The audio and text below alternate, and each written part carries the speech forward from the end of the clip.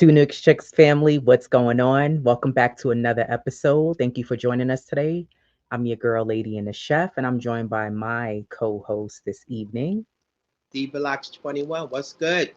The Knicks rebounding after an awful loss to Detroit. You know, I really want to talk about the Detroit game specifically today because while the Knicks seem to have figured out how to beat Boston this season, and it's so weird because even with them beating Boston this year, I guess with me being triggered as a Knicks fan, and it's not because I don't believe in them. I realize that with the playoffs, anything is possible. And I think what the Knicks are doing to Boston is what happened last year, where Boston commanded the Knicks throughout the regular season, and then the Knicks figured out how to beat them, even though the Knicks were down by 20, and that seemed to be kind of a theme in the playoffs last year. But the Knicks nonetheless have seemed to be able to figure out how to command and beat Boston, right? But I want to go over the Detroit games because there's some similarities of like patterns, bad habits that the Knicks have with them. And rightfully so. And I think I said this to you already. The Knicks to Detroit are the hunted. The Detroit is feeling some type of way because the Knicks beat them. And I think what Detroit has done is they figured out how to defend the Knicks really well. Kudos to Bickerstaff because he's figured out how to truly shut the Knicks down. And it just makes me wonder if the Knicks are going to have an answer should these two teams meet at some point in the playoffs, which they will. But again, I don't want to talk too prematurely, but the Knicks played Detroit now. They only meeting each other three times this season. So they lost so far the first two times. The Knicks played Detroit back in January 5th. At this point, the Knicks were 23 and 13. Detroit was 27 and 9. The Knicks lost 90 to 121. So losing by 30. The Knicks got outscored every quarter of that game. And then when you look at the stats for the Knicks, no one really did anything besides on the January 5th matchup was really Jalen Brunson, who had 25 points. He was 10 for 21 field goal percentage. He was 2 for 6 from the 3-point line. He was 3 for 3 free throw wise. Mikal Bridges was 4 for 10, had 10 points. OG Anunoby only had 5 points. He was 1 for 4. Carl Anthony Towns only had 6 points. He was 1 for 4. Home Daddy had 2 points. Ariel Hukporti had 2. Jordan Clarkson had 8 points. He was 3 for 6, 2 for 5 from the 3-point line. Tyler Kolek had 9. Kevin McCullough Jr. had 4. And Miles McBride had a decent game with 17 points. He was 6 for 9. But the Knicks didn't play a good game. They were 32 for 76, 42% from the field goal line, whereas Detroit was at 54%. They were 13 for 30 from the 3-point line. They surprisingly they shot the free throw line was well, but they only took 14 attempts. They got out rebounded 30 to 44. Offensive rebounds 14 to 5. They got out beat in that regard. And same thing with the defensive rebounds as well, 30 to 25. They have 15 assists, 3 blocks, 7. They did have 7 steals. Detroit had 12. They also had 20 turnovers in that game. They only had 12 fast break points, 34 points in the paint to Detroit's 52. And the largest lead they only had was one, and Detroit had largest lead was 33 in that game. And you look at Detroit, and they didn't really necessarily had. I don't want to say Cade did have a good game. He played 29 minutes, had 29 points. Asor Thompson had 10 points.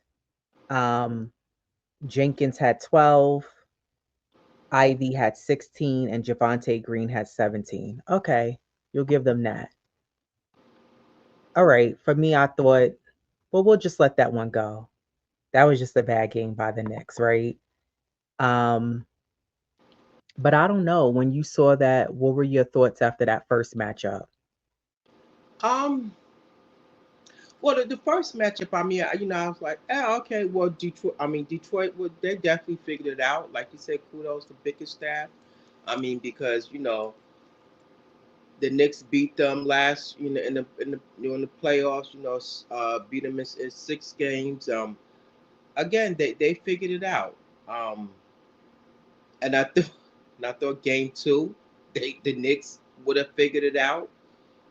So game one, I was like, I wasn't, kind of, and I'm still not worried, but I just see the growth in Detroit and how big is there, how he's elevated his team. I mean, you gotta realize 2 years ago, Detroit was like at the bottom of the barrel. Like they they just couldn't win a game, to save their life. So kudos to Bickerstaff. And so I was like, I know it wasn't a fluke with them, but I just thought like, they bounce back, come back and respond. And they've won games, since that first outing.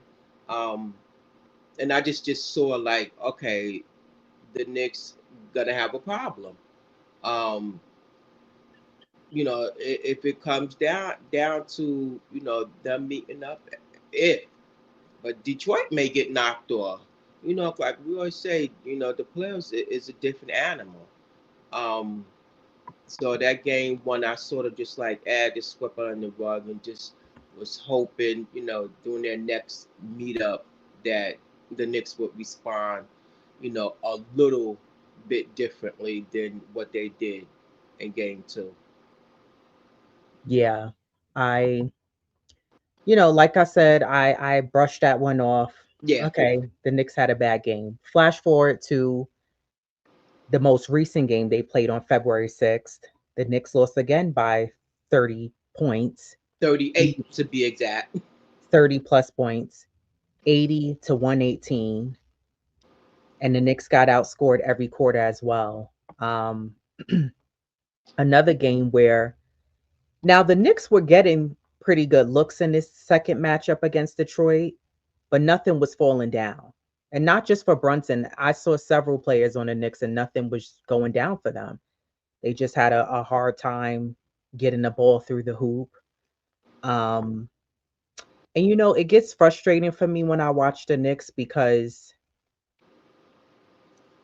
when you watch sometimes with the Knicks and they struggle shooting their shot, sometimes I want to see them drive more to the basket, and you just don't see that enough with Yeah, them. It's too much. And sometimes it's frustrating as much as I love Brunson and I do, it gets frustrating sometimes where Brunson wants to win the game so bad.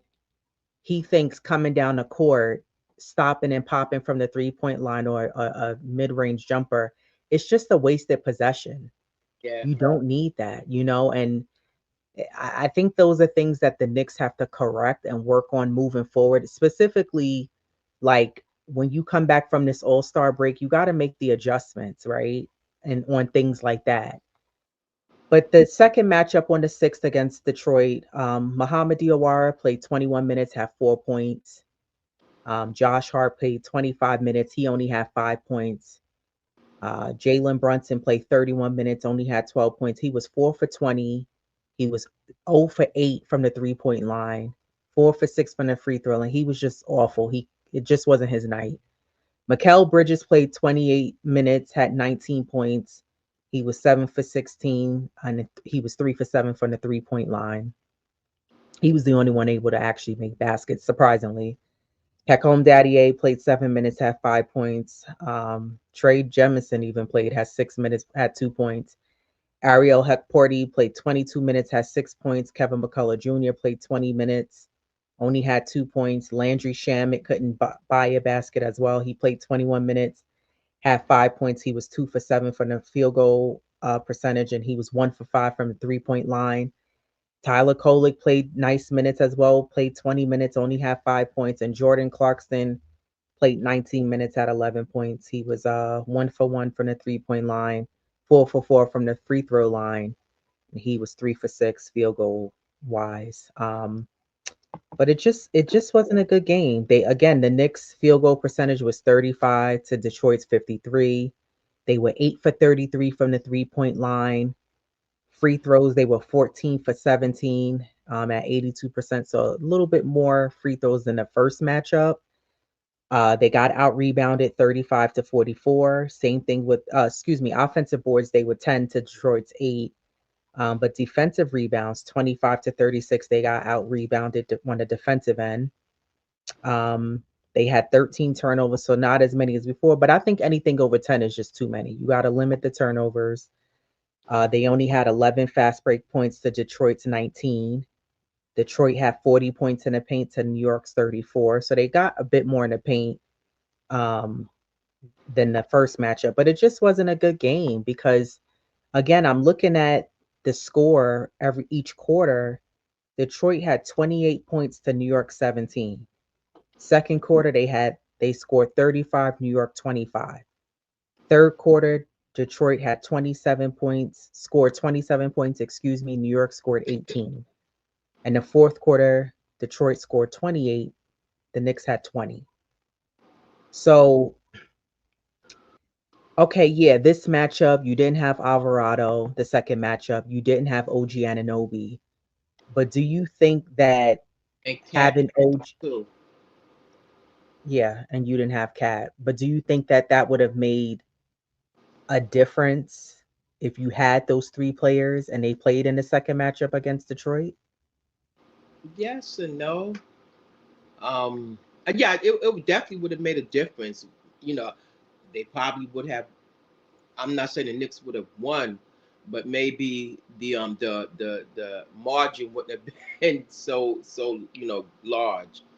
Like I said, Detroit has New York's number. They figured it out.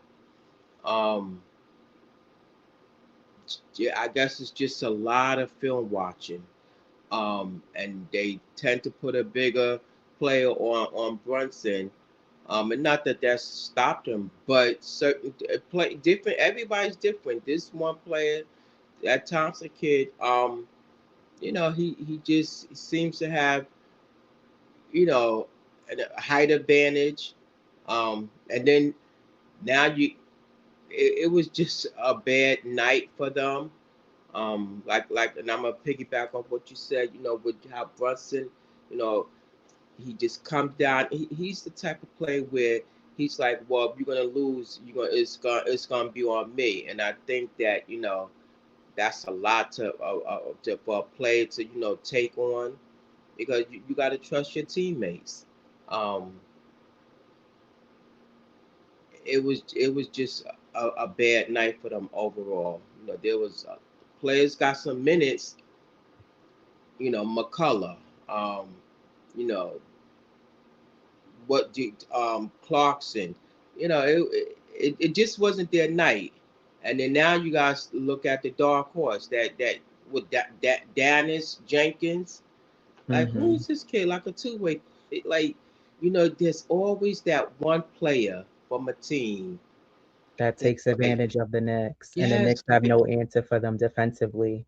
yeah, But do you you get think over that now that they it. have Alvarado, he's that guy that can stop those players who, for some reason, we have no answer defensively for those no-name guys that you're like, yo, how did the Knicks allow this guy to have a career high against the Knicks? For scouting.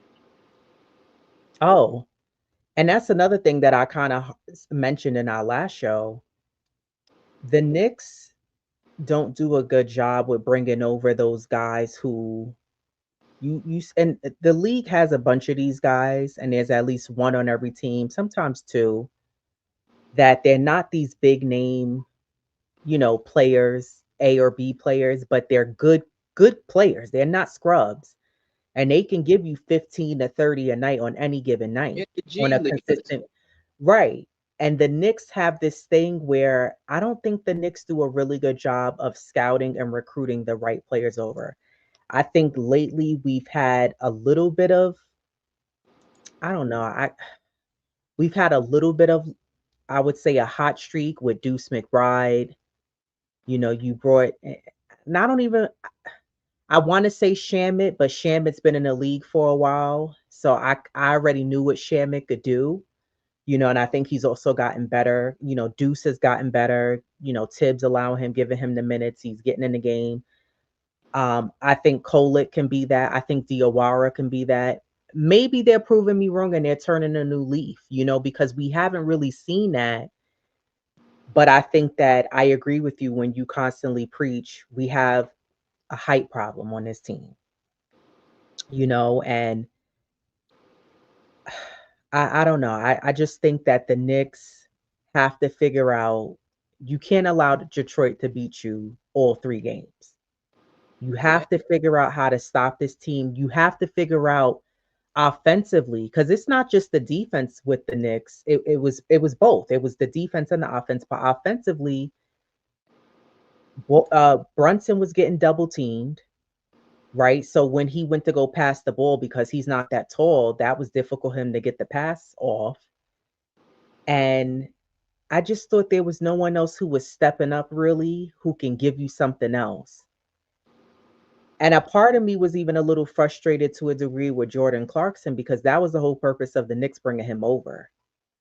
And I don't know if it's because he's been out of the rotation. And I saw some tweets on X where people were like, Cola, get your minutes because Clarkson don't want it.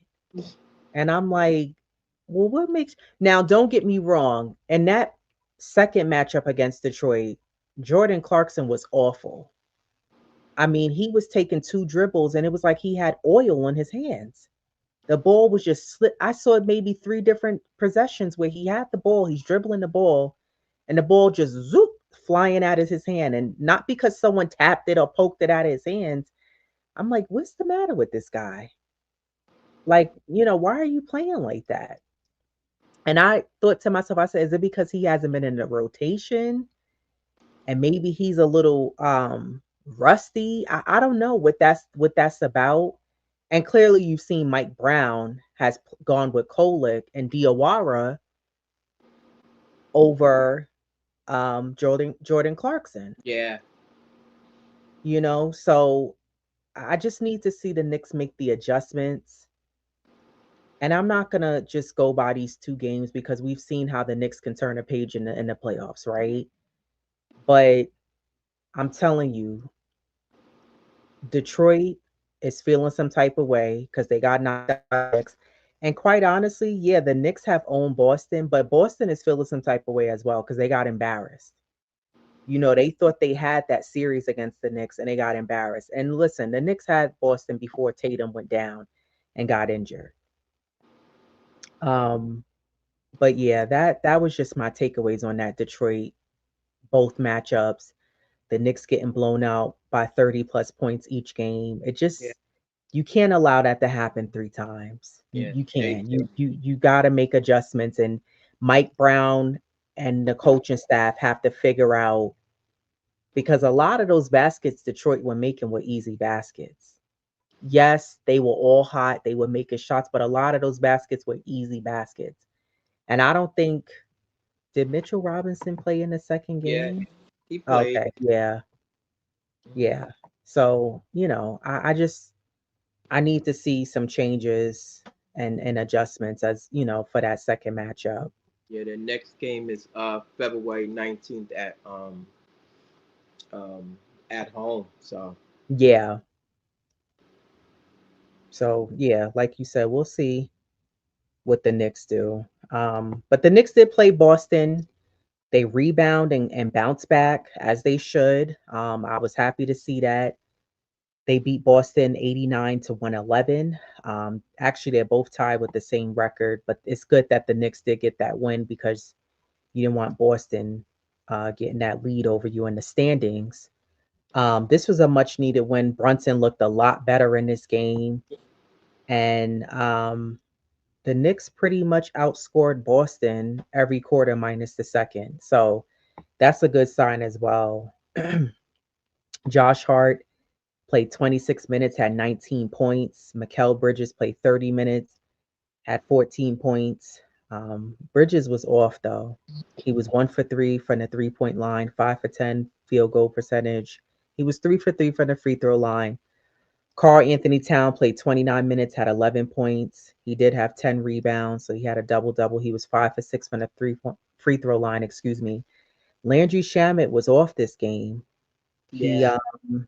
he played 28 minutes, only finished with 3 points. He was 1 for 4 from the 3 point line, 1 for 5 from the field goal wise. He it wasn't his game. He was off. Jalen Brunson, 33 minutes, had 31 points. He was 12 for 21, 4 for 8 from the 3 point line, 3 for 3 from the free throw line. And he did finish with 8 assists. So that was good. You see, he was moving the ball and distributing the ball. Diawara, 26 minutes, 10 points. He was 4 for 4, field goal, 4 for 4. He was 2 for 2 from the 3 point line. Yeah, exactly. Diawara, I see the potential. He Oh, for does. sure. He makes me nervous though when he's dribbling the ball. I think he needs to work on like protecting his handle. He makes me very nervous when he gets to the basket and he's dribbling to the basket. But otherwise than that, I thought he did play a good game. Um, the only thing with Diawara, and I know he's gonna work on this, if you notice the way he plays defense how we want Mikal Bridges to play defense. He's like on you like white on rice, right?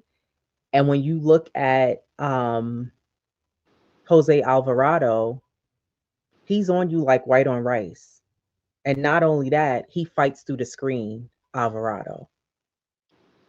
Me and you was on the phone and we were talking about how we got frustrated because Bridges was just annoying us in that um the the um Boston game. the Boston game. Bridges, and I've noticed this with Bridges since he was got with the Knicks. To his credit, I get that Bridges has a lot of times a tough assignment guarding, A1 an elite top shooter in the league, right? Bridges does get that assignment. I get that. But Bridges has a habit of he plays defense and then his man will blow right past him and now he's playing alongside of the offensive player. He's playing on your hip. And part of that is because I've really been on a binoculars microscope under Bridges this season. Bridges is afraid of contact. He's afraid of getting hurt. So instead of fighting through the screen, where we watched several players, we were talking about it on the phone. We Yeah. watched Brunson get hip checked and he trying to fight through the screen. We saw Alvarado do it. You see all these other guys fighting. Shamit does it really well. But Bridges, and again, this is why he's never had an injury. Because he plays cautious and careful. I don't want you to play cautious and careful. You don't have to have perfect attendance in the NBA. Do they give an award for that? Exactly. Hey. I need you to go out there, fight through the screens and play a little bit more aggressive defensively. Now, don't get me wrong. Last year in the playoffs when Bridges was playing and guarding Brown, he had him. It's like the dog came out of him and he was able to snatch the ball from him and do whatever the hell he wanted to do against him. But you don't, and you don't know. Sometimes I wonder is Bridges preserving that for the playoffs? And he's preserving the dog, and he's like, all right, I'm gonna bring it out in the playoffs. Sometimes it makes me. That's what I think. I'm wondering, like, damn, is he preserving that energy? And he's like, nah, I'm gonna really bring it because that's when they really gonna need me. Because he was a different player in the playoffs last season. So I don't know, but it's just Bridges. Lately, he's really been annoying as all hell, man. I'm just like I'm not giving up on him, but it's just sometimes it's frustrating to watch him play the game. Jose Alvarado played his debut. If you ask me, he didn't need a physical. We already know he's in physically fit shape. He's ready to go. He just came from one team. It's like when a job hires a new supervisor and they fit right in, they implement that. That was Jose Alvarado against Boston. Played 25 minutes. He had 12 points. He was 5 for 12, field goal percentage. He was 2 for 6 from the 3 point line. He had 2 rebounds, 2 assists, 2 steals. He had one block, only one turnover. I'm not even mad at that. And honestly,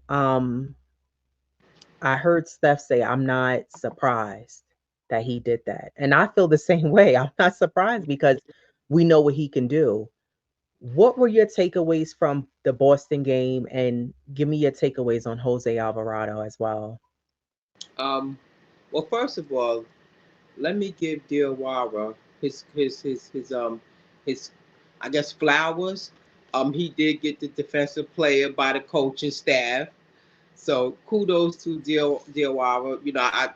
I see like a lot of OG in him. I don't Like see this, that. Every time you say that, I don't see it. I do because defensively, and he's only going to get better. He You is. so you that's why I see it. You always say, "Oh, he's a student of the game," so that's why I, liken Diawara to like an OG. I call him an OG 2.0. And Hmm. I see it. You're gonna see that elevation in him and that growth. It's just a matter of time, like I always say, and anybody, you're only gonna get better by playing. You don't get better by sitting on the bench. Right. So kudos to Diawara and Cat. Yeah, he only had the 11 points and the 10 rebounds, but that was just like 35th double double, and he's leading the NBA. So he didn't give us 20 points in X, Y, and Z, but it's the other things that he did. That's a lot. He's leading the NBA. We always like to give Joker hype and they things like that. Then the hype cat up, and I think we're gonna see now that the deadlines pass. I think we're gonna see a better version of Cat. We may just see playoff Cat, and I'm hoping we will. So my take on the game, of course, like man, the Knicks, nice bounce back from that loss from Detroit, and I know we say Brunson he rarely he has a back-to-back horrible game. Yeah. He seems to bounce back, and kudos to him. Um, like I said, the Knicks they dictated that game from out the rip. They played Knicks style ball. And it started on the defensive end for them. Like they pounced on Boston, um, and they just played the better game. They never Boston got within I think the 4 points that like in the 4 points I think like in the second half, and they went on a mini run and we was texting. I said, teams do that.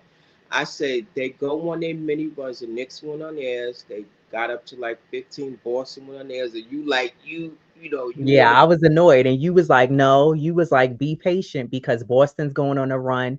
You said the Knicks are gonna go back on a run, and they did. I was like, all right, all Yeah, I right. say, that's the teams go on runs, but it's how you respond to that run. And the Knicks, they responded. So that's what I'm saying. Like they didn't get rattled. Brown caught those timeouts. Those timely timeouts and was able to gather the troops and they responded. So just like overall, it was just like a nice bounce back win. Um, like and hopefully they got 2 games before the All Star. This they could propel them, for the Pacers and Philly they got. But you can't sleep on anybody. Um, it I love that game that they played, and Boston waved the flag, and the Knicks got their little bench players in. They was able to They get some. played horrible, Yeah, I know, but hey, horrible. yeah, It yeah, was like yeah, putting in it was like putting in elementary school players who are still yeah, learning the game and learning. I was like, what? Why are they playing like they never played basketball in their lives? Do you yeah. have Well, to be an embarrassment like that? yeah. Well, that's like the Detroit game. They play hard, but hey, I mean, the ball was going over the hoop from several players. I was like, how do you do that?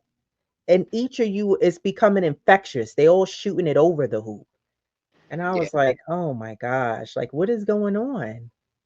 yeah. Well, again, it's a learning curve.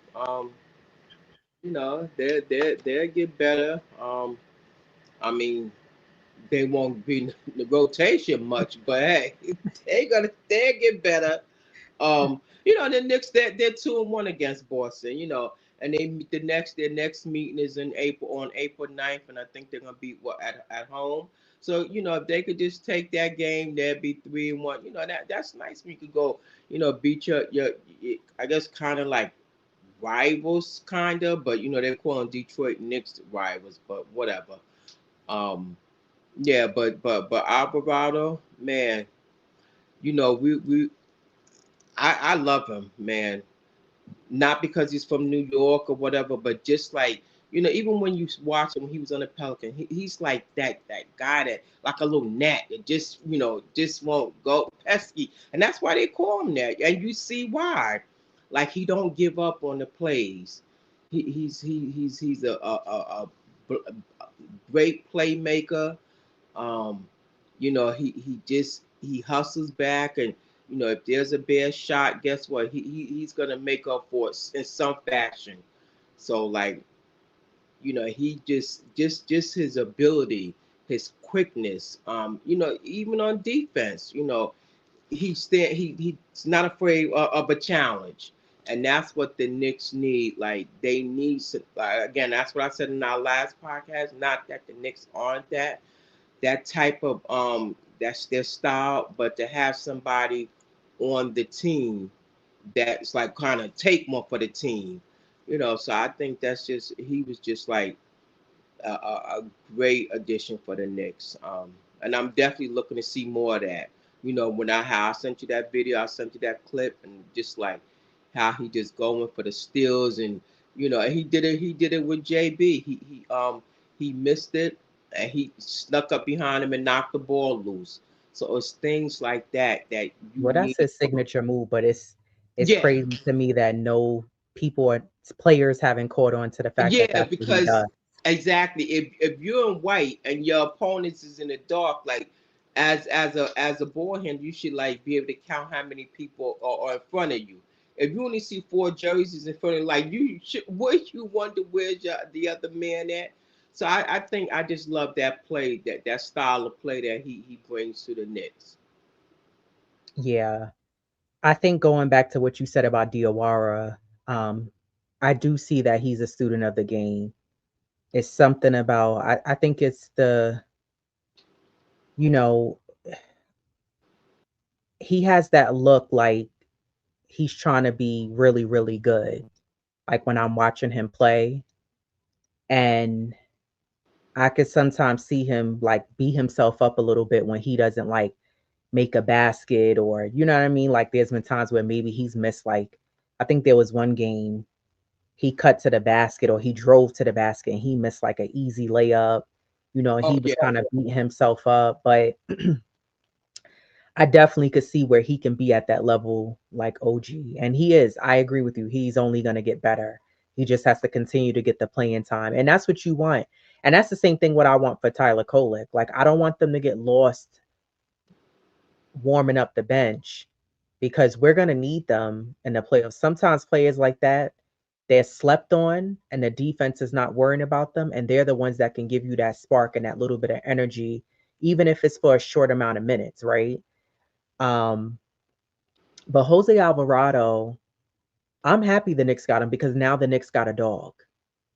We have another version of like a Dante DiVincenzo who can come in that game, who's willing to be scrappy, who's willing to dive and for baskets, who's willing to take a charge if you need it, and not just Jalen Brunson, who's not going to play pretty basketball, who's willing to sacrifice his body, who has the quickness, because really, I mean, yeah, you got Deuce who's fast, you got Josh who's fast. I'm not really fond of how Deuce uses his speed. I always say this. I don't like the way Deuce utilized because to me, Deuce has got too comfortable with being a catch and shoot kind of guy.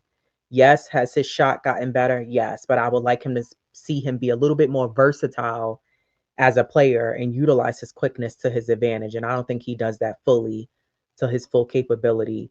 But Jose Alvarado is giving the Knicks what they're missing. Sometimes when you have that player that can exude that type of energy, it becomes infectious and it hypes the other guys up.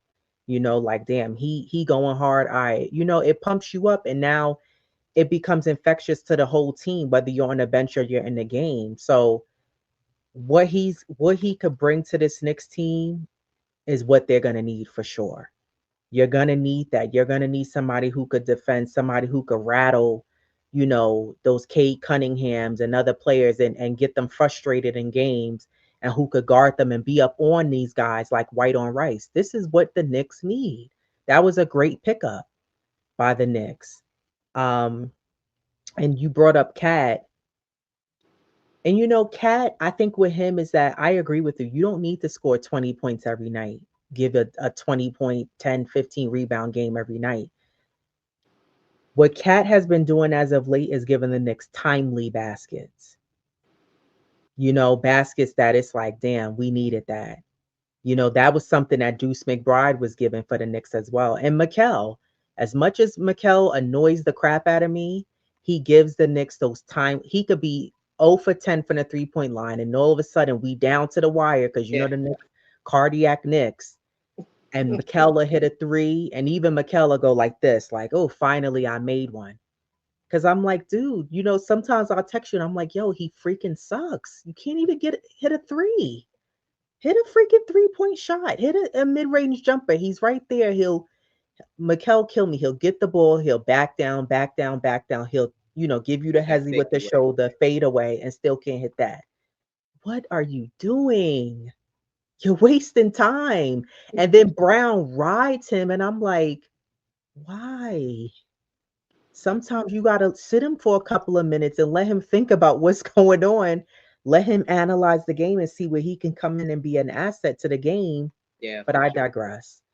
I don't want to take it. Yeah, I'm taking it all the way to church on Mikal Bridges. And this is not a gang up on Mikal Bridges episode. It's just if you're a Knicks fan and you watch, you see what we see, specifically on Bridges. But I did think that Boston win was a good win. I do want the Knicks to win these next two games that they're playing. I do. Let me change my banner because the Knicks are playing the Pacers tomorrow, and then they play Philly, so they're doing a back to back, which is key because you want to see, do the Knicks look tired or are they going to keep that energy these next two games, and then they have what, All-Star break. Yeah. So that's a good way for guys to go and get some rest and be ready to come back into the games. But I think for me, I want to see, do the Knicks have an answer for Detroit? Do you have an answer for OKC? You know what I mean? Like, we've seen you beat Denver, we've seen you beat Boston. And honestly, I'm gonna even throw Orlando in there, who know they haven't been playing the greatest, but the Knicks struggle against Orlando. I don't know why. It's something about the Magic that the Knicks just let these young guys come in and just play around with them, and they don't have an answer for them. But nonetheless, I am looking for the Knicks to get the back-to-back wins. I get it's back-to-back, but hey, that's part of the league. That's part of how sometimes the schedule, pans out. So Indiana is stinking up the joint. I think they're last in the East, if I'm not mistaken. Let me check. Yeah, they're in 15th place. They've only won 13 games, lost 40. So Wow. you should be able to beat Indiana. And then the Pacers sitting in sixth right now. They're 30 and 22. But speaking of the standings, the Knicks have to be careful because, like I said, I really don't want to see the Knicks get really out of that second seed for the regular season. And I know I mentioned this before, like, I don't like to play too much attention and harp so much on the regular season standings. But I do want to see that consistency where the Knicks continue to win more games each year than they did the previous year. So right now, the Knicks and Boston are tied at with their standings, excuse me, their wins and losses at 34-19. The Knicks are sitting in second. Boston is in third. Cleveland, they're on a 3-game win streak. They got Harden, I don't know, but they're sitting at 32 and 21 in fourth. Toronto's sitting at fifth right now at 32 and 22. And then Philly's in sixth at 30 and 22. And then Orlando's in seventh, 27 and 14. And then you got Miami, Atlanta. I shouldn't even mention Atlanta, but I guess you can because they're kind of neck and neck. But yeah, it's gonna be a battle with the Knicks in Boston, and Yeah, seeing what they do. the Knicks just gotta just hold on to what they do best, and their defensive presence is what's key. You got to realize over that 10 game, once that 10 game span, when they went 9-1, they have the best defensive record. This is So true. they have to hold on to that. Those last 10 games, they held six opponents. Under 100. Yeah, exactly. So Yeah, that says a lot for them. They can't divert from that. That's what got them there in that 10 game span where they went 9-1. right. They could go back on another a win streak just as long as that defense is there, and like you said, the communication is key. Because without that, then it's like you last in coverage, and it's like you missed the assignment. Teams are just doing backdoor cuts, and so you got to hold true to what got you on that win streak, and that's your defense. And I think that they're you know be all right, and I think this is you know Detroit, when they play Detroit, that next one, I even if they do lose, I don't think that it's gonna be such a like, again, a wide margin. But you can't take no opponent lightly. Yeah, and speak of games, the Pacers, how they lost four straight. Could they be tanking? Who knows? But again, you can't take nobody lightly. Exactly. You know, um, Philly's on the come up. Embiid is like healthy. Um, so that tandem with him and Maxi, they got two prolific scorers that could, running, and could score, bucket getters, and that's what they are. So I think the Knicks, as long as they keep holding, communicate defense. Hopefully we'll get OG back. He's listed as a what they have. Oh, game time decision because of his toe. Um, just communicate. You know, the Knicks have been communicating, Yeah, and I think that for sure is what's been helping them, right? The communication. I love to see it. I see it on the floor. I see guys communicating. But I think that there's still some holes with the Knicks defensively where the perimeter, specifically when we were playing Detroit, was wide open. oh The yeah, Knicks well, are not guarding the perimeter for nothing. Like, I don't know what it is with the Knicks, but they don't guard the three. And hmm it's sickening to see them. They're so packed up like sardines in the paint. And then, you know, what happens is teams are rotating the ball at the top of the key, left or right, and then they're wide open and they can just make whatever shot that they want. So I want to see the Knicks correct that and figure out a way to how do you become a better defensive team on the perimeter. And I don't know, maybe when you have Alvarado, maybe that helps out and with the switching and cutting, and maybe that can help be a difference maker. I'm not just saying just with him, but just in yeah, general. animal. Um, and another person I forgot to mention this with Diawara with his defense. Sometimes he misses his coverage. So his man will be wide open. And I've seen this happen like maybe two or three times now. So Mitch is in the middle of the paint. So Mitch is guarding his man, but also watching who's coming in the key. Diawara's man now is behind Mitch. So now Mitch has to play. ping pong, and he got to worry about, well, who do I guard? Because he's trying to guard whoever's behind him because they may get the ball, and now they have an easy basket. And it's just little things like that, Cat, you gotta watch the fouls. Some of the fouls are just dumb. And then I don't know what it is with Cat and Josh Hart with this, like, they kill me where they look at the ref and then Josh wants to complain. And wasn't Josh telling Brown to leave him in the game? Yeah, But yeah. you When just he got had got another foul? Yeah, Mhm. like, what are you talking about? You can't even control yourself, and you can't even and prevent yourself from fouling so much. But that's something that um both Cat and Josh Hart got to work on. You can't keep getting these silly fouls, when we get down to the wire, especially for the playoffs. And I really want to talk to you about how Missoula did the hack a Mitch. And Oh, you and I were talking about how Mitchell Robinson, is he a liability not being able to? Now, Mitch did start hitting some, but we seen this play before where I was like, damn, teams may expose, the Knicks and do this in the playoffs against them. Now, Brown has done a good job with rotating Mitch, bringing in Cat.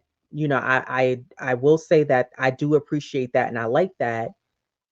But is Mitch a liability when it comes to that hacker Mitch? Because I'm sorry, but Mitch should be able to hit at least one out of two free throws every time he gets to that free throw line. At least. If you can't knock them both down, seriously. And I'm curious in the chat what people think about that because you miss him both. And the fact that when he shoots the ball, he looks like his shoulder hurts when he's shooting it. like And I lying. know it's not, it's just a weird way he shoots the ball.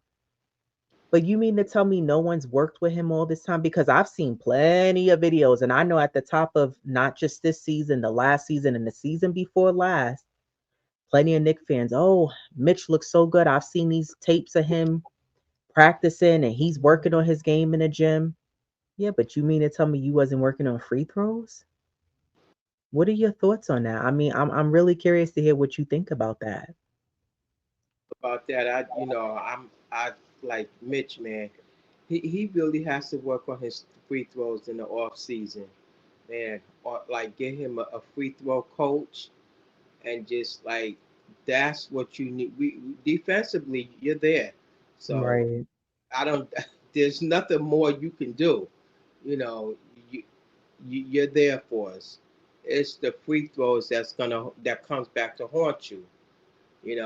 Because you're giving away points. They're free. That's is it pressure? Yeah, but you you you got to work on that. And is he a liability when it comes to that? Yeah, but and like you said, Brown did a nice job with rotating. But as you get deep into that run, that they did it last season playoffs. They Hmm. hack a Mitch. So trust they're gonna try to take him out of his game and by the hacking him because they know he's not gonna hit him. So I think that's something Mitch needs to definitely work on in the off season as on his free throws. That's a game he needs to. I mean, he's his percentage. I mean, he's Bismarck. He got to be down at the bottom of the barrel. He is. He is. He was 3 for 8. Yeah, And it's like they either what when he shoots his free throws, they're hitting literally the front of the rim. They're hitting like to the point where if you standing on the line, you gotta watch your head because it bling and it bounces off so fast it may hit you upside your head. yeah, He shoots the free throws like there's a shoulder, some type of sciatica nerve pain. He looks like he's in some severe pain, and I'm like, I'm concerned. Someone needs to check on him on the sidelines. Is he okay? And I agree with you. Defensively, we don't need you to do nothing else. You have that part of your game on lock. But in the offseason, you should be putting up 100 free throws a day because you can't, you haven't, he has to find some form of technique that's going to work for him to knock down the free throws. yeah. Defensively, superior A1. He's a difference maker in many games. I'll give him that. But teams are going to do that against the Knicks. They know that's a weak point for them. And unfortunately, what can you do? As much as you'll take your time, baby, and you let him know, breathe it. He can't make them. So, excuse me, that's a problem for the Knicks. And that was painful. And I'm just like, wow, Mitchell Robinson, you got to give us at least one out of two when you go to the free throw line. You can't miss both. And then you can't, I haven't seen him do it as of late, but I've seen Mitch get to the free throw line and you shooting air balls. You know what I mean? So you can't, you got to work on that. I don't know. In practice, does Mitch stay a little later? Are you coming early? Like Brunson, you the captain. Yo, I mean, you should probably stay an extra 45 minutes and He can't just make hit up some free he can't throws, make something. no man. But he's I like, mean, I get it. We all grown, you professionals, but somebody got to be like, yo, you know what I mean? Maybe you should stay an extra hour or come a little early. I'll catch the ball for you and something because that's not it. That's very painful to watch. I was like so uncomfortable. I had to like tell myself to relax my body. I was like, wow, Mitch can't even give you one free throw. I'm not even asking for both. So I don't know, I mean, I guess, and you know what's crazy? I think because Mitch knows he can't knock the free throws down. I noticed when Brown has him standing ready to switch off with Cat for to go back in for defense, Mitch energy looks high because it's like I think internally he knows like, damn, I gotta make sure I make an impact there because I'm hurting the team right now. You know what I mean? So I don't know. I'm just like, our team's gonna exploit the Knicks and hit them with the hack a Mitch, in the postseason, and that's gonna be something that it goes down to the wire. And 3 for 8 ain't great. He did have 9 rebounds. He had 5 points, but yeah, I don't know. That's interesting. I don't know. Do you know how long is Deuce McBride out for? yeah, he's definitely out into the post. Oh Yeah, wow. he's hoping to come back for the playoffs.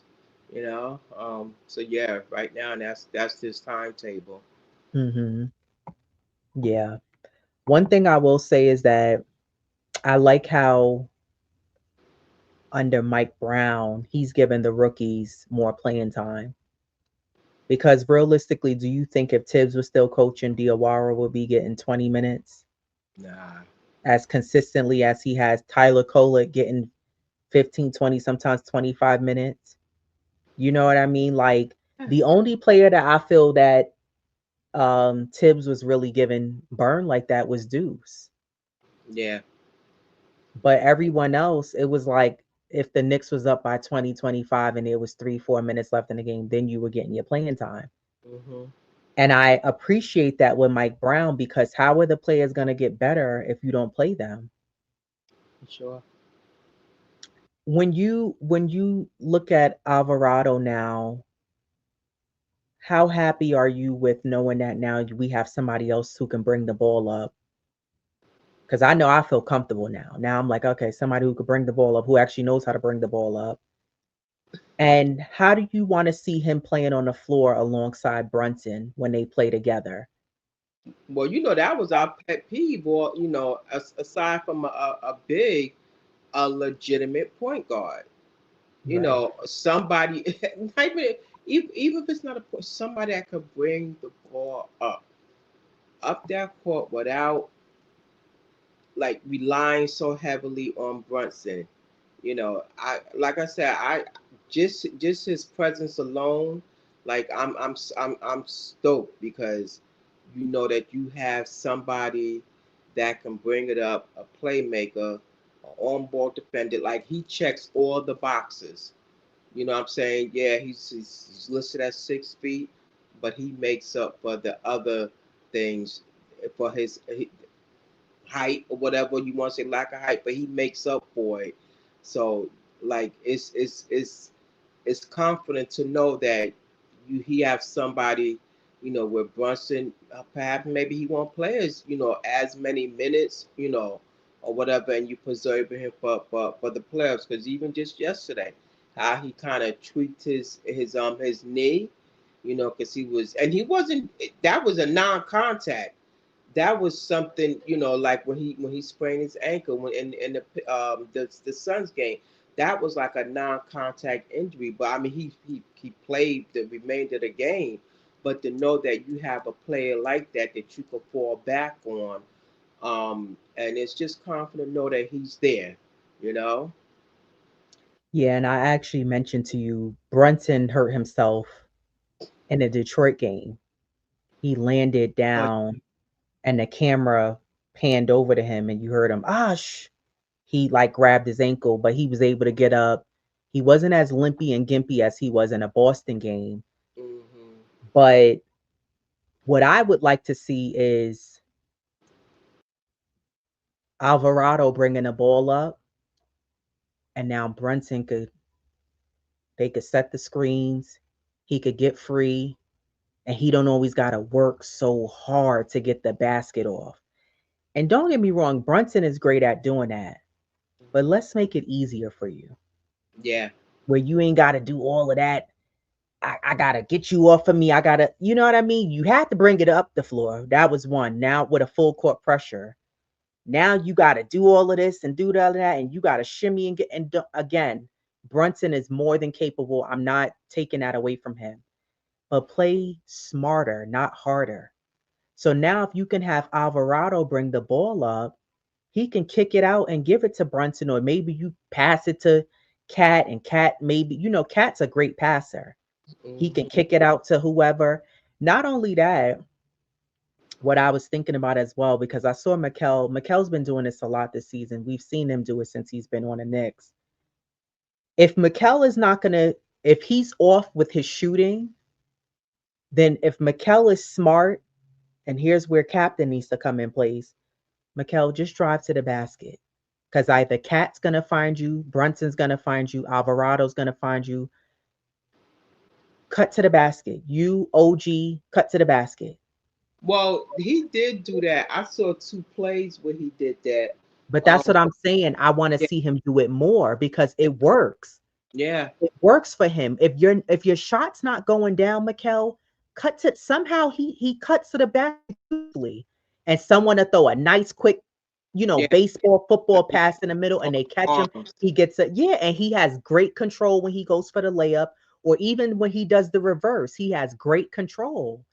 So just cut to the basket. You're a lot more successful when you do that than shooting these stupid threes that are just not going down, that are hitting everything but the bottom of the hoop. So I would like to see and then you can even Alvarado could come in now. You could boom, splash it out and you could hit Shamit.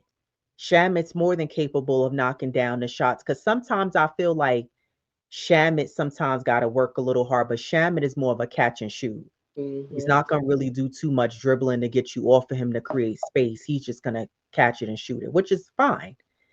But I would like to see Alvarado bring the ball up because Brunson doesn't always need to bring the ball up. Now you have somebody who's more than capable to bring that ball up. And quite honestly, in my opinion, I like Alvarado bringing the ball up more than I like Deuce bringing up the ball. Just a little better than Deuce bringing up the ball. And not that Deuce wasn't capable, but I just think the Alvarado has more of the experience. And I don't know. To me, he seems even a bit more stronger. Like the strength is there more than Deuce. So yeah, I want to see a trade off at times where Brunson, you don't always have to bring the ball up. Because you know why that would kind of work to a degree. Sometimes with Brunson, he brings the ball up, stop, pop at the 3-point line. You don't always need that, Brunson. Sometimes it's a waste of possession. We ain't even make one pass, and most times it works, but sometimes I'm like, I don't think we needed that possession. Yeah, yeah, You know what yeah. I mean? Like maybe you should have tried to pass it and we could have swung it around, maybe got it back to you. Okay, maybe you shot it. So that's where in times I think Jose Alvarado is going to come in place, bringing that ball up, you know? So I don't know. That's just my take on that. You want to get to the Shout out to the chat. We'll take a chat break and get to you guys because I see you guys commenting.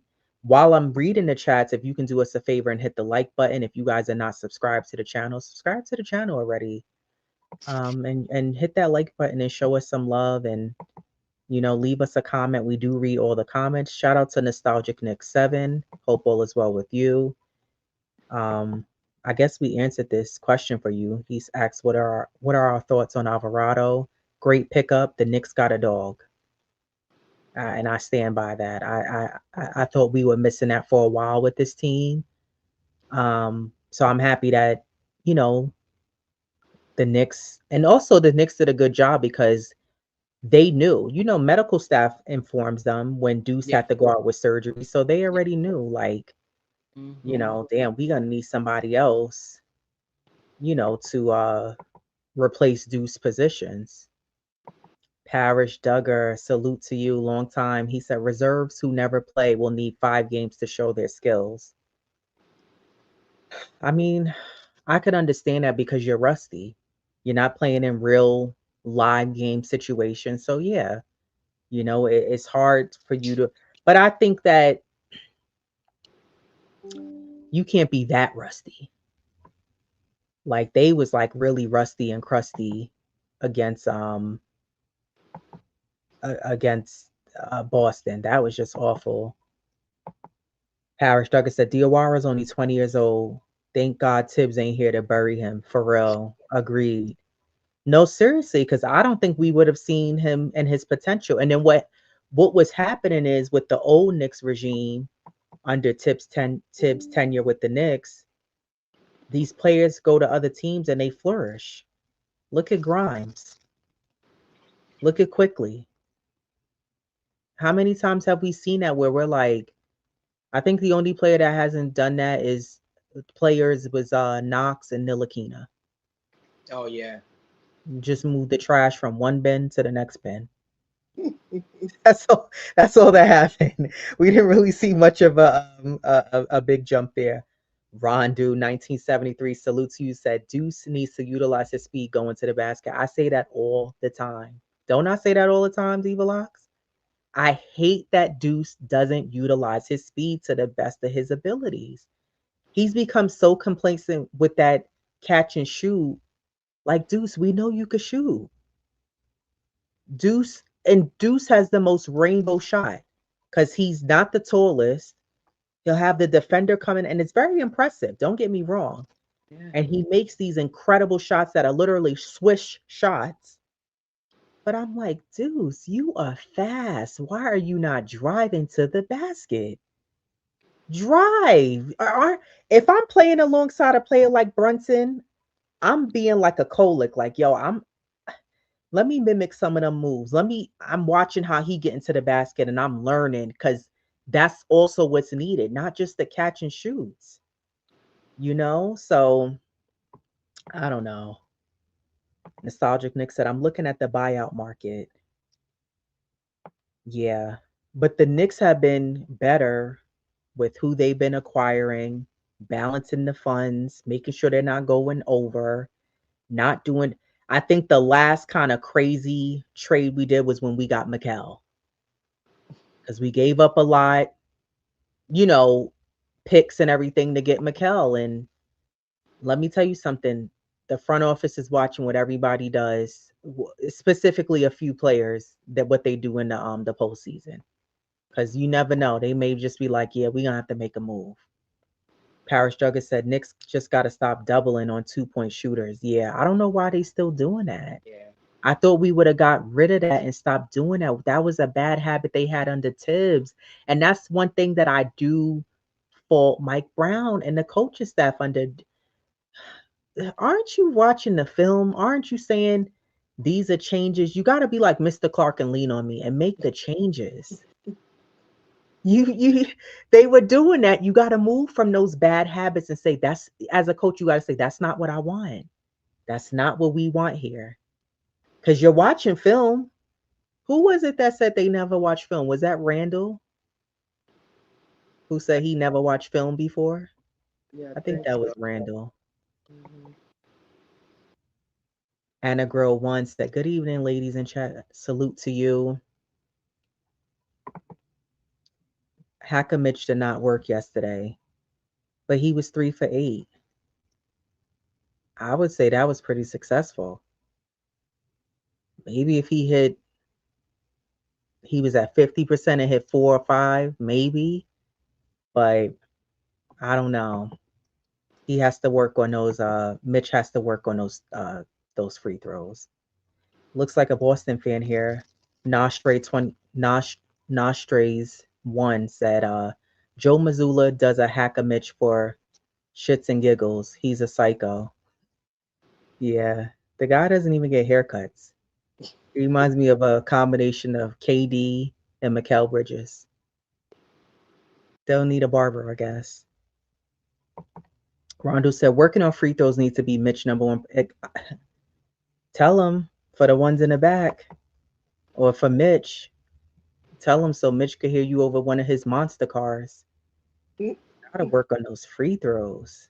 Yeah, yeah, Anna definitely. Girl One said, it would be nice if Mitch shot better free throws, but I think the hack of Mitch is a desperate attempt to take him out of the game.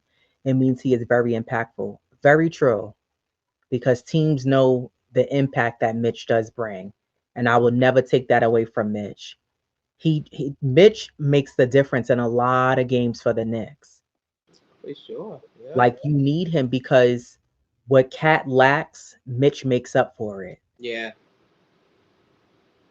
Period. What Cat lacks, Mitch makes up for it with his rebounds, with his aggressive presence. It makes players second guess coming into the paint. Defense. Yeah, His defense, right. yeah. Mitch plays defense for a big like white on rice. He's in a squat position, poking the ball away from dudes. You know what I mean? Like, I'm like, wow. Mitch has Not falling for excellent, those. excellent defense. Not falling for those pump fakes and Yeah, he got better at that as well. yeah. Cause oh my gosh, he used to jump and fall for every little thing. The Knicks as a whole, as a team, got better with that. They Well, used to kill me with that falling for every. I mean, a player would just put their chin up and he would jumping in the air. I'm like, are you kidding me? well, like I said, they have one of the best defenses in the last 10 games, so that says a lot for them. Right.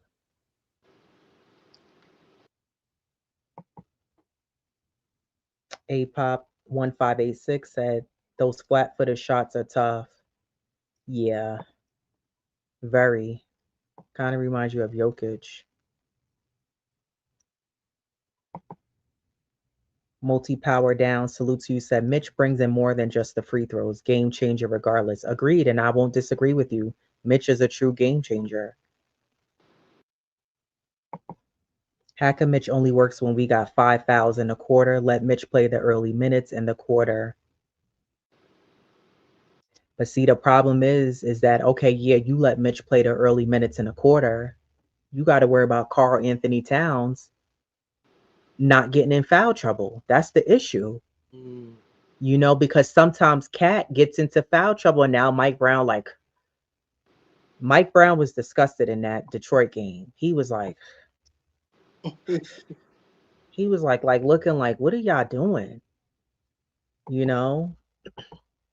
Parrish Duggar said Alvarado is more of a complete player than Deuce. 100% agreed. And there's more experience there. He's been in the league longer. And yeah, I agree 100%.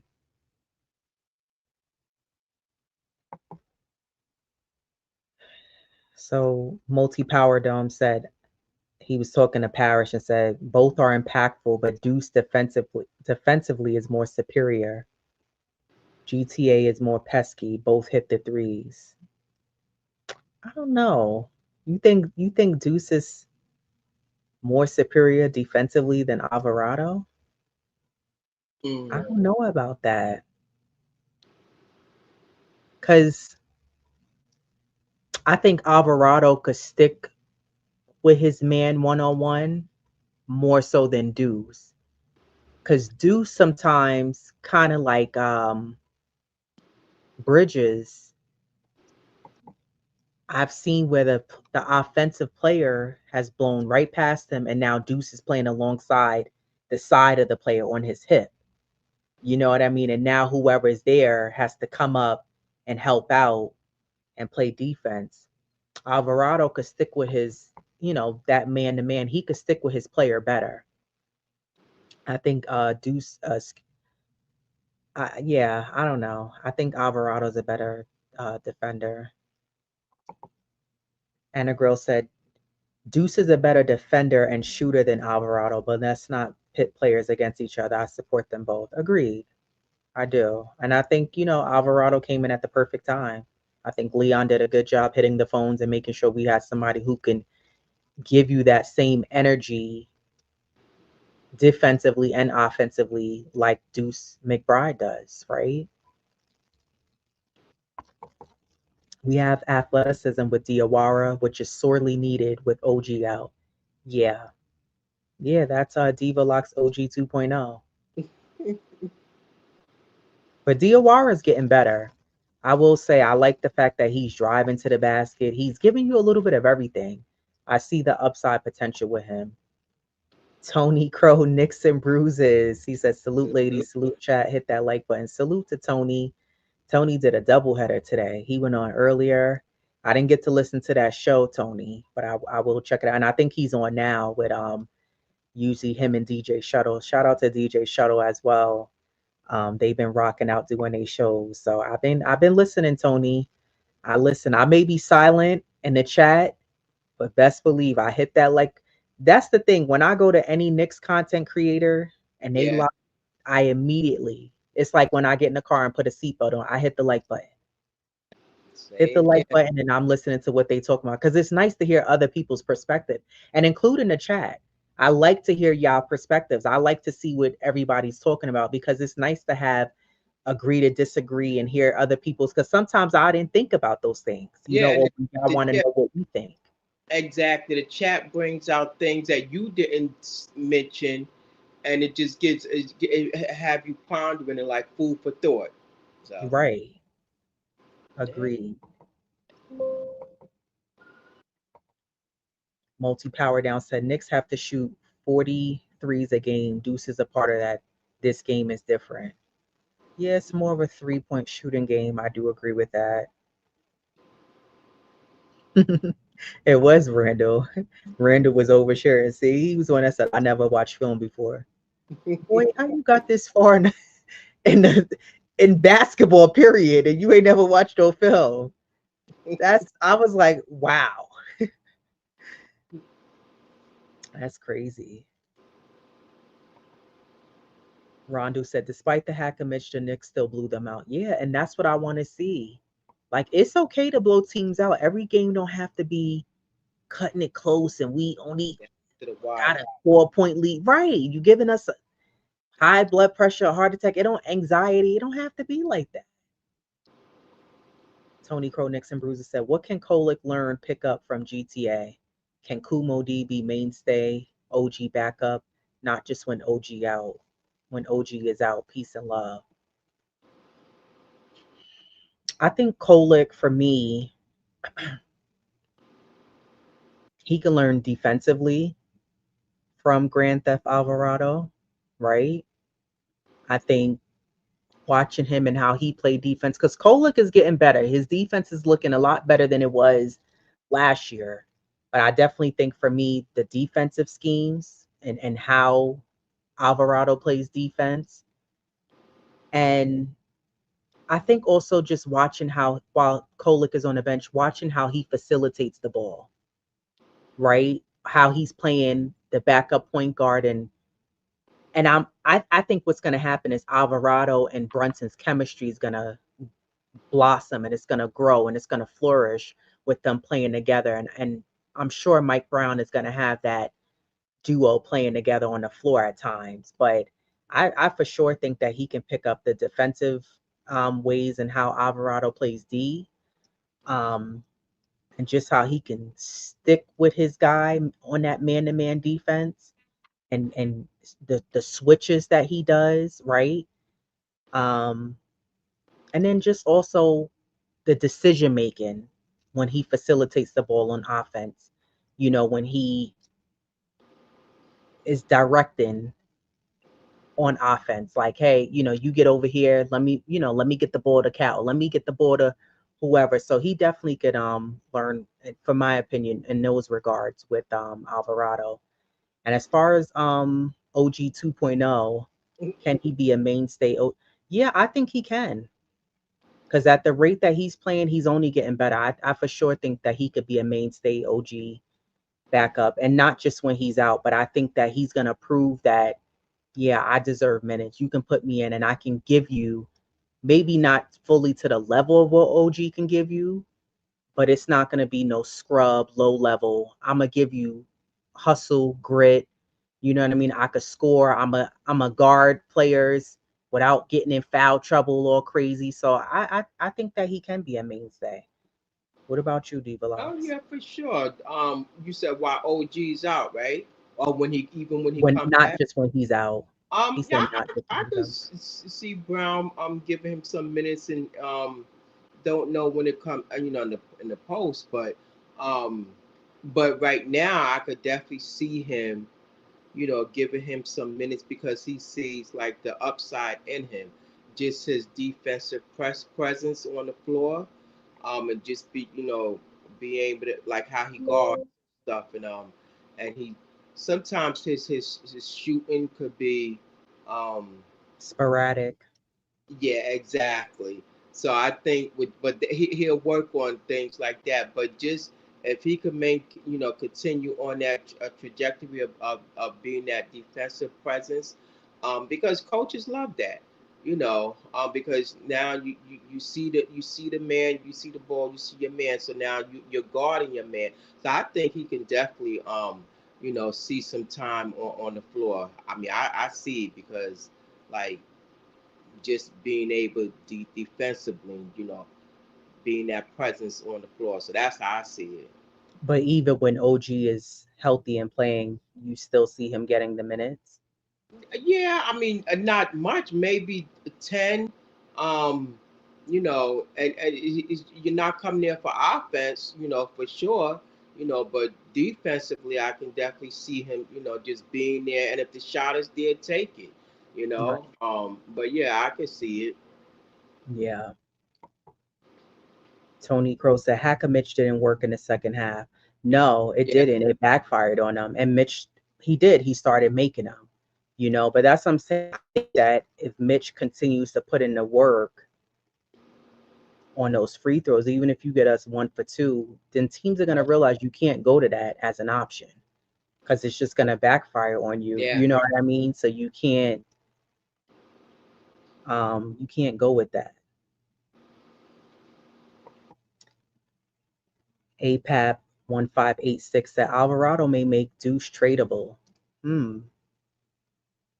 Doesn't Deuce have one more year though on his contract, right, with the Knicks? Yeah, well, and that's possibly so because Duke's gonna want that bag, and rightfully so. This is true. Um, so hey, you never know. Right. This is true. McBride can guard up to 1, 2, some threes. Yeah, Hmm. Yeah, you this is can. true. APAP said Alvarado reminds me of Derek Harper with the steals. Yeah, yeah. I could totally see that. Yeah, the Knicks are gonna need those too. Like how he had that steal you talked about on Brown, and Shamit was ready, threw the ball to him, and it was just like, yeah. See, Cartagena 2262, salute to you, said Alvarado turns his guards where he keeps in front of him. Yeah, salute to you. Appreciate you, Tony. We got to get on your show, because I definitely be catching them. And now that I have more free time, now that I'm back in the States. But yeah, that's I'm looking for the Knicks to close out strong before the All-Star break and beat Indiana, beat Philly, get rest, heal up. I need them to stay healthy and put their foot on these teams' necks after All-Star break and get these wins. Rack up these wins, continue to stay healthy, continue communicating and get that defense even stronger and better, right? Just be mindful of their standings, right? We don't need to be slipping to fourth, fifth. I don't see that happening, but East is getting a little tight with the standings. If you notice, one at least 1 through 6 is getting a little tight. Yeah, Um, but the Knicks, this is the Knicks year, and we've spoken about this. Front office is basically like y'all need to get to the finals. We not just looking for Eastern Conference Finals. We looking for finals. So the Knicks got it. And I don't feel like that just because Tatum is out and Halliburton is out. I just think that the Knicks have shown these past few years the growth. They're ready. They're ready. As long as they stay healthy, yeah, just bring it. Don't allow teams to come in and play you and punk you or you lose gas and there's no more steam left in the tank. You have it. You can make it there. So I'm looking for the Knicks to continue on their consistent hot streak that they have been on, and the Knicks have to figure out how to beat Detroit. Do you have an answer for OKC?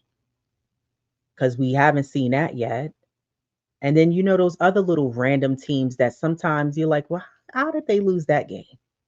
Like it'll be a Chicago, a team like that or Orlando, and you like, well, what happened? How did you lose against a team? What happened? Charlotte, like games like that. Don't you gotta win games like that, the games that you should be quite frankly, you should be winning them all, but we know that's not realistic. But do you have an answer for Detroit? And I'm curious in the chat, like, what do you guys think as well? Because as far as I'm concerned, Bickerstaff has figured out, and Bickerstaff looked like he got a real attitude about the Knicks. He had the arms folded, he yelling at the ref. He was like, why are you calling that? Detroit is not playing with the Knicks. I'm a diehard, but Detroit is not playing with the Knicks. Then Detroit is like, you got us last year. We figured out how to defend y'all. So the Knicks, Mike Brown and the coaching staff, they have to figure out how do you beat them and figure it out. Because 5 points from OG, 4 from Mikel, 7 from Cat, it's not gonna cut it. yeah, yeah. And Brunson, the only one giving you 25, it's not gonna be enough. You have to figure out a way to beat Detroit. You can't allow them to punk you all 3 times. You don't have to have the same story as last year where Boston beat you the whole series through the regular season, then you found a way to redeem yourselves. You could write a different story this year and you can at least beat Detroit once throughout the 3 game series and then handle your business in the postseason. And like Diva Lock said, you never know because a team could knock Detroit out. Anything is possible in the playoffs, right? Same thing poses for the Knicks. So we'll see. But yeah, that's all for me today. Anything else for you or that you want to mention? No, I just want them to just take them those next two games before the All Star, go out on a high, and hey, because when they come back, they got some 5 games I think after for the month of February, and 3 of those are on the road. Yeah, So yeah, they definitely gotta continue to stack some wins and get back in that win column. for sure. APAP said solve this Detroit problem. Yeah, because it is a problem. Yeah, It's a problem for sure. I don't think it's a concern, but it is a problem yeah, exactly. because Yeah, you haven't figured out how to beat them. And not only that, it's one thing to lose, but y'all losing and you're getting obliterated in these games. You're losing by well over 30 points. That's just, come on. concerning. Yeah. Anna Grill once said, what can we do to compete better versus Detroit? We should be able to defend them regardless of who is missing. I agree 100%. I always say that. Well, one, it takes other guys stepping up. That Detroit game when Brunson was off, that was a time for Mikel to shine. Yeah, yeah, Like I'm looking for a player like him, Cat, to really step up and do those other little intangibles. And Mikel specifically, not even just the intangibles, but to score, put the points on the board, take over and be aggressive. Playing cautious and safe because you want to have perfect attendance, it's not going to cut it in games like that. If Brunson's off, all right, let me get the rock and let me go to work and let me do what I need to do. Not play along the sidelines. I want to see Mikel be more aggressive. Like he don't even look like he be trying to just like go after it and be aggressive and take over. And I don't see that from him. But I think what it'll definitely take is one, the Knicks have to lock in defensively. The defense has looked like it's collapsed in both games versus Detroit. yeah, It's not that tight knit defense that we're used to seeing with the Knicks. It just looks like, I don't know, there's some holes there. There's some missing links, and the Knicks are just not locked in fully when they're playing Detroit one. And then two, the Knicks also, when you play in Detroit, stop settling just for the jump shots. Not just the three, but jump shots. Like you got to take it to the basket and get a team like them in foul trouble. And the only one I really see getting players or a player in foul trouble is Brunson.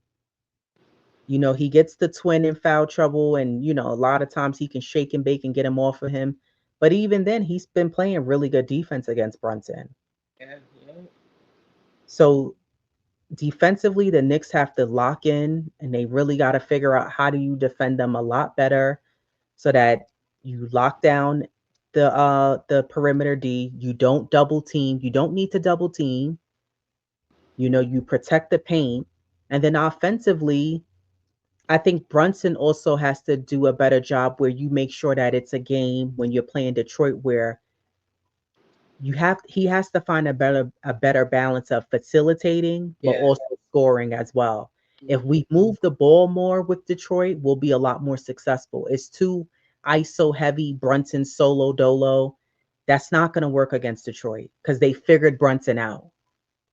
And not to say Brunson can't still go off against them because he was off the last game, but they figured out, okay, this is what they're doing. So the Knicks, they have to figure out, offensively and defensively, you got to lock it up and lock in and be better against Detroit.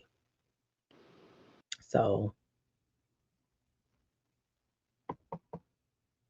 multi power down. So regular season means nothing.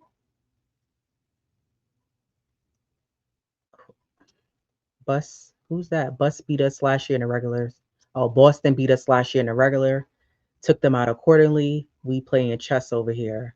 Yeah, but that's why I just made the comment that I did. One, I agree with you. The regular season, it means something. It doesn't, I don't want to necessarily say that it doesn't mean anything because your standings and home court advantage does mean something. But I think that um, they don't need to rewrite the same story as last year where you allow how Boston beat the Knicks throughout the regular season series and then the Knicks took it. Yeah, they did. Not to mention they was down by 20, but they fought back. The resiliency was there. They beat them. That don't have to be the same story this year where you allow Detroit to beat you all three games in a regular series and in the playoffs you go back and take your lick back and beat them, right? It doesn't have to be the same song and dance. So, we'll see. Detroit beat uh, the one last season. So Boston, right? no, Detroit. Oh, they Yeah. did. Hmm. Okay. Multi-power down said we need another wing, buyout market in play. Yeah, there's still something missing. I agree with that. C. Cartagena said start JB off ball. They force him to dribble too much. May have to start Alvarado with him. Yeah, Mm. I Yeah, agree. You have to because they figured out how to close in, not just on Brunson, but the Knicks. Bickerstaff has he's made the adjustments defensively against the Knicks for sure. And I do agree. Brunson doesn't need to bring the ball up. Let him get up the floor because Thompson twin is gonna they got him pressuring Jalen Brunson, you know, full Yeah. court. So just let Brunson go down the floor and then let Alvarado bring the ball up. And then, now you have somebody else. And then, that's where Mike Brown got to come and play with his schematics, giving Brunson those screens and everything and allow him to get free to make, to be open to do what he need to do. And a girl said, we have to play through Cat versus Detroit during and Stu and can't really guard him without fouling. Yeah, I agree with that. Cat has to, that's what I'm saying. The playoffs is a different animal. Cat Mhm. has to watch those silly fouls. Gotta watch those crazy fouls that some of them are just silly. You're like, why did you do that? Yeah. Why? Just let him make the layup. All right. You wasn't there, you got beat, cool. But yeah, APAP said regular season can build confidence for sure. That's why I say after All-Star break, the Knicks wanna put their foot on these teams' necks and don't let up. It's okay to beat teams by 20 and 30 points. Don't let up. Let these teams know that you're not playing with them this season. Because right now, the Knicks are still considered a joke. No one takes the Knicks seriously besides Knicks fans until the Knicks win a championship. So that's why when you see a lot of these commentators, Shaq, Paul Pierce, the rest, they never have nothing good to say about the Knicks. Or it's always negative. Doris Burke, all of them, they're all annoying. What's his name? Um, Stevens. They all just it's just annoying. Regular season cup victory. Now we prepare for the playoffs, home court against anyone in the East. Yeah, and that's why regular season to a degree does matter because you need to protect that home court for the playoffs. Yeah, the refs don't. I swear the refs. I think they got insider gambling trading going on. The way sometimes they call the calls against the Knicks. It's something's off. I'm like, it's no way. Yeah. They catching the players, but you caught Paul George, you ain't catching no refs in on anything, because it's just no way. When the Knicks play, what was that game that we just played? The Denver game. Like, Oh. did you really have to call that Colin McHale? Now, it was a stupid foul, but it just makes you wonder sometimes with the refs, man. Rondu said, last 2 years in the playoffs, we've had some home court advantage and got beat. It's time to change the narrative. Agreed. That's why I said I don't think this year, maybe one or two games, but I don't think the bulk of the playoff games need to be a freedom fight. You down by 2025 and now you gotta crawl in the beat teams. I don't think it needs to be that. Like let's just put teams away. Just put teams away. That's all. That's all we're asking for. But anyway, shout out to the chat. Anagro 1, APAP 1586, Rondu 1973, Multi Power Down, salute to you. C Cartagena 2262, salute to you as well. Nostalgic Nick, Tony Crow, Nicks and Bruises, shout out to him. If you on, y'all go check out Tony. Always great content. I really enjoyed Tony and DJ Shuttle's content as well. Paris Jugger, salute to you as well. It's good to see you in the chat, always showing support to us. And I think that was everybody. I don't think I missed anybody. Ooh, I don't know why my laptop isn't plugged in. So, yeah. But catch us. We will do a recap show. They're playing back to back. So, if not Wednesday, maybe Thursday, we'll be on because we'll do the doubleheader of both games. So stay tuned for that. If you haven't already, hit the like button, subscribe to the channel, shout out to the chat, shout out to the replay gang as well. And until next time, everybody, peace out. And as Diva Locks always say, go next.